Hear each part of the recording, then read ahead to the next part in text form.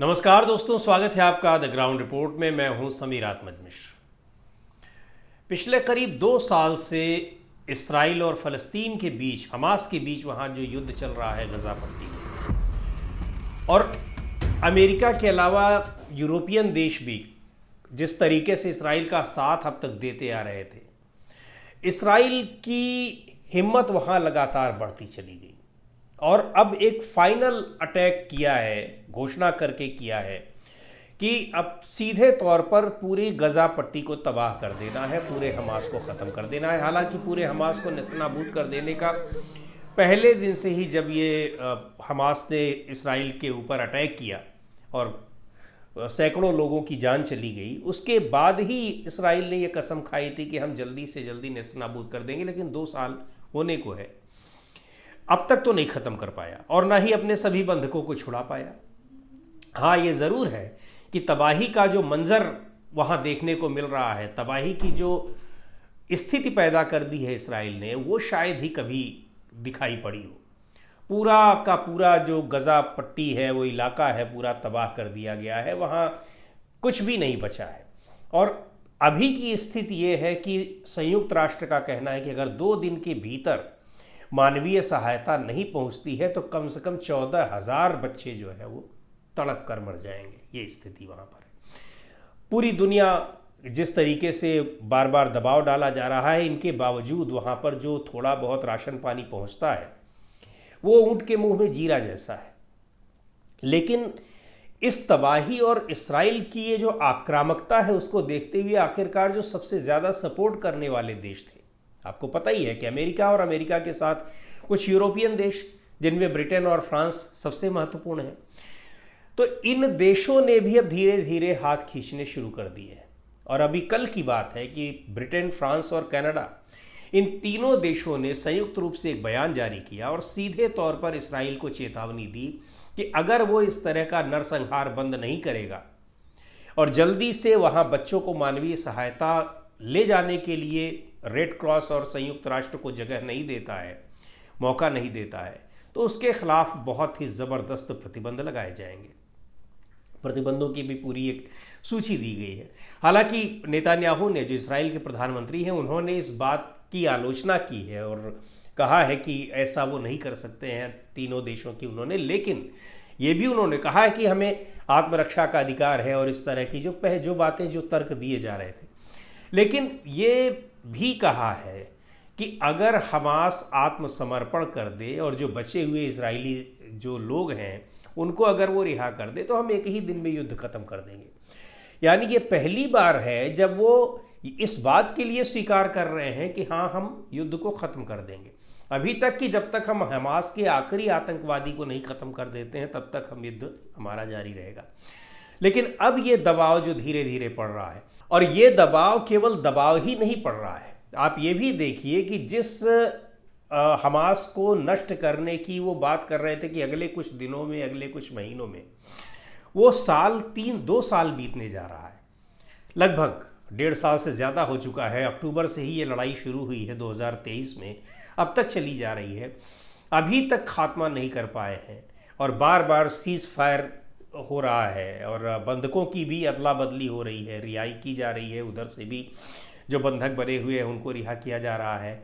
लेकिन पूरी तरह से हमास पर नियंत्रण नहीं पा सका है इसराइल, ये बहुत स्पष्ट है। जबकि अमेरिका का पूरा साथ, ब्रिटेन का पूरा साथ, कनाडा का पूरा साथ, फ्रांस का पूरा साथ, ये सारे देश न सिर्फ उसको हथियार मुहैया करा रहे हैं बल्कि फंडिंग भी कर रहे थे। अच्छा, उसका कारण ये था कि शुरुआत में जो तर्क दिया गया, हमास ने जो आतंकी कार्रवाई की थी, लगभग 1200 इसराइली लोगों की, यहूदियों की मौत हो गई थी, तो वो तो अपने आप में बहुत बड़ा नरसंहार था। तो दुनिया के सभी देश, उनकी सिंपैथी थी कि भाई इसराइल को भी अपने लोगों को बचाने का, अपने देश की सुरक्षा का, देश के लोगों की सुरक्षा का पूरा अधिकार है और अगर वो कार्रवाई कर रहा है तो इसका उसको हक है। तो ये सिंपैथी। लेकिन उसके बाद इसराइल जिस तरह से आक्रामक हुआ और लगातार वहाँ पर अटैक कर रहा है, पूरा उस इलाके को, जो वेस्ट बैंक का इलाका है और गजा पट्टी है, पूरी तरह से उसको तबाह कर दिया गया है। हमास के नाम पर, कि हमास के आतंकवादियों के नाम पर फ़लस्तीनियों को पूरी वहाँ पर किस तरह से उनका नरसंहार किया गया। इंटरनेशनल कोर्ट ऑफ जस्टिस का भी युद्ध अपराध का मुकदमा झेल रहे हैं, लेकिन ये कह रहे हैं कि हमारे लोग गए हैं और हम उनकी रक्षा कर रहे हैं, इसलिए वो वहाँ पर हाजिर नहीं हो रहे हैं। ये सारी स्थितियाँ ऐसी हैं जिन्होंने अब इजराइल को भी बहुत कमज़ोर कर दिया है, और कब तक वो लड़ेगा ये दिखाई पड़ रहा है। दूसरी ओर जब प्रतिबंधों की चेतावनी दे दी गई और धमकी दे दी गई कि आपके खिलाफ प्रतिबंध लगा दिए जाएंगे और बहुत बुरी तरह के प्रतिबंध लगा दिए जाएंगे, उसके बाद से इजराइल अब धीरे धीरे नरम पड़ना शुरू हुआ है। और ये जो कह रहा है कि अगर ये हम आत्मसमर्पण कर देते हैं, हथियार डाल देते हैं, तो हम युद्ध तुरंत बंद कर देंगे, ये उसी की दिशा में एक कदम है। हालांकि ये मुश्किल है कि हमास हथियार डाल देगा। वो इन दुनिया के देशों को, चाहे अमेरिका हो, चाहे यूरोपियन यूनियन हो, या फिर ब्रिटेन, फ्रांस, कनाडा हो, ये हमास को कितना समझा पाते हैं, या फिर जो हमास के करीबी देश हैं वो कितना समझा पाते हैं। लेकिन कम से कम इजराइल उस बात के लिए पूरी तरह से राज़ी हुआ है, और इसके पीछे यही दो बड़े कारण हैं कि खुद इजराइल भी धीरे धीरे तबाह होता गया है इस लड़ाई के दौरान, और दूसरी ओर जहाँ से उसको जब सपोर्ट मिल रहा है वो सपोर्ट अब धीरे धीरे उनको बंद होने की चेतावनी दी जा रही है। इधर अमेरिका में डोनाल्ड ट्रंप की जिस तरह के उनकी पॉलिसीज़ दिखाई पड़ रही हैं, तो उससे लगता नहीं कि बहुत दिनों तक वो इजराइल का साथ देने वाले हैं। तो ये सारी चीज़ें बता रही हैं कि अब इजराइल खुद भी कैसे अब घुटनों पर आ गया है और तैयार हो गया है कि वो अब समझौता करेगा, युद्ध छोड़ देगा, और जो उसने कसम खाई थी कि हम हमास के एक एक आतंकवादी को ख़त्म करके मानेंगे, अब वो केवल हमास अगर हथियार डाल दे तो उस पर भी वो उनको छोड़ने को राज़ी हो गया है। तो ये स्थितियां बता रही हैं कि युद्ध से आखिर हुआ क्या, आपको हासिल क्या हुआ। उधर यूक्रेन रूस का जो युद्ध चल रहा है वहाँ भी धीरे धीरे अब कोशिशें की जा रही हैं कि उसको ख़त्म किया जाए, और डोनाल्ड ट्रंप उसमें सीधे लगे हुए हैं। लेकिन सबसे बड़ी बात यही है कि इस युद्ध से हासिल कुछ नहीं हुआ।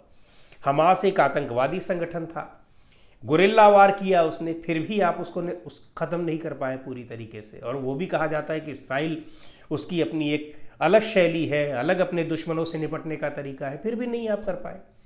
तो ये सब चीज़ें दिखा रही हैं कि आप किसी को बातचीत के ज़रिए या उनको समझा कर ही किया जा सकता है। हालांकि ये भी बड़ी बात है कि हमास ने जिस तरह की कार्रवाई की थी इजराइल के खिलाफ, उसको बातचीत के ज़रिए तो क्या ही सुलझती, कार्रवाई करनी ज़रूरी थी, लेकिन उसके नाम पर आप पूरे के पूरे उस फ़लस्तीनियों का नरसंहार कर देंगे, उस इलाके में आप कहर ढा देंगे, ये भी ठीक नहीं है, क्योंकि ये भी मानवता के खिलाफ है। हमास की कार्रवाई अगर मानवता के खिलाफ थी तो निश्चित तौर पर इजराइल ने भी पिछले 2 साल में, करीब 1.5 साल में जो कुछ किया है वो भी मानवता के ही खिलाफ है, क्योंकि इजराइल के हमले में केवल हमास के आतंकवादी नहीं मारे जा रहे हैं, बड़ी संख्या में वहाँ के लोगों के। और ये जो अमेरिका, ब्रिटेन, फ्रांस और कनाडा, इनकी नाराज़गी है वो जो अभी पिछले दिनों से बहुत अचानक आक्रामकता के साथ हमला किया है, हॉस्पिटल, स्कूल, इन सब जगहों पे जो हमले किए गए हैं और सैकड़ों लोगों की जान जा रही है, पिछले 2 दिन के भीतर 250-300 लोगों की जान चली गई,